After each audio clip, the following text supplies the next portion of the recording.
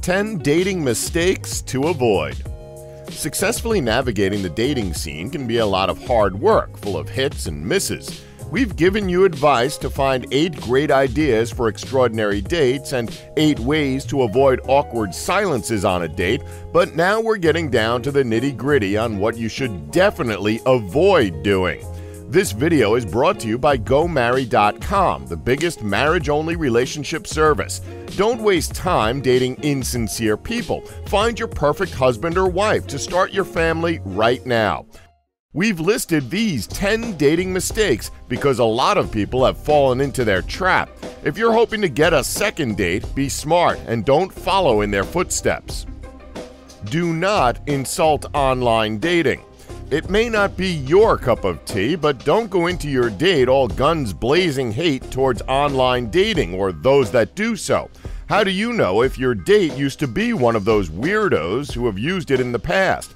Keep going that way with the insults and you'll not have much success anywhere.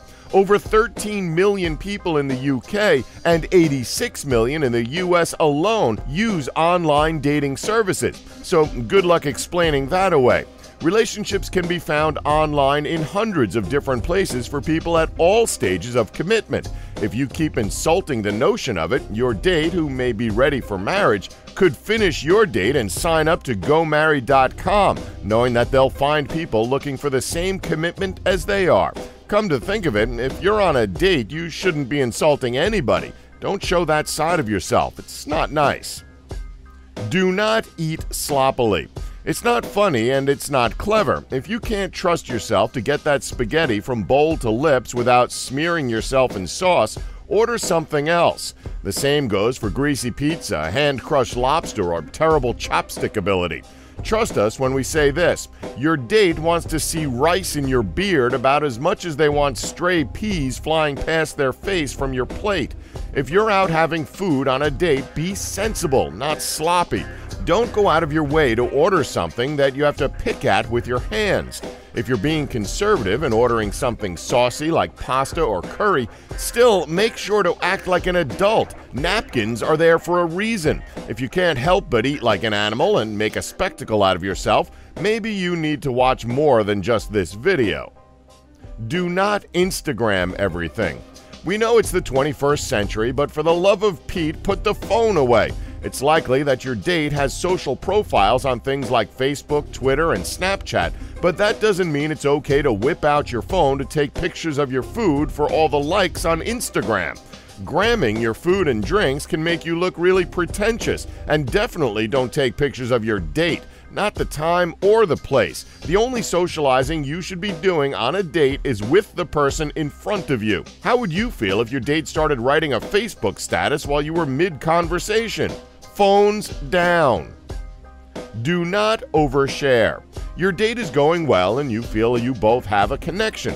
Conversation is flowing freely and joking along, right until you shout up and say that you've always dreamed your future children would have the same eyes as your date. Stop right there. The date, especially in the early stages of a relationship, is not the place to suddenly decide to overshare. Dates are for finding out what you like about a person or what you have in common, not how many cats you're going to adopt when you both move in together. Sometimes it can be humorous, but if you're coming across as planning for the future with them, it's an immediate turnoff. Keep the conversation light and fun, and if you think you're talking too much and on the verge of oversharing, ask questions to get your date talking instead of declaring your undying love. Do not play the sympathy card. After a rough breakup, things usually tend to go one of two ways: the rebound date or playing the sympathy card, which is terrible for everyone involved. While one end of the spectrum has the rebound date, meant to get it out of your system and jump back into the dating pool head first, the other is playing the sympathy card when you're out with somebody. If you're thinking of doing that, you probably aren't ready to be dating again just yet. Emotional baggage isn't just limited to an emotional breakup. You could just be going through a lot of personal things, in which case you need to hold off on dating. Spend some time working on yourself to resolve any issues. Talk to a friend or family member to help get you back to feeling like yourself. It's not fair to your date to be saddled with previous issues you may have. Neither is it attractive. Do not friend zone immediately. Conversation is stalling. You've used our video 8 ways to avoid awkward silences on a date and exhausted all opportunities to keep things moving, but you just don't have a connection. The romantic chemistry just isn't there and you don't know what to do. Well, at least do not put them in the friend zone. Just wait, take it easy. We don't want you to stay in a situation you don't like, and if you feel uncomfortable or uneasy around this person, then let them know immediately and get out of there. If you're just not feeling it though, don't immediately throw down the friend zone card right then and there. Remember, there are 2 sides to this, and your date may not feel the same way as you, so to have their hopes crushed then and there doesn't leave a nice taste. If it's just not going to work out, let them know at the end of the date, or send a message to let them know how you feel. Just think what it would be like if you were in that situation and act from there. Do not moan about life. Oh man, I need this drink. Today was just a mess at work.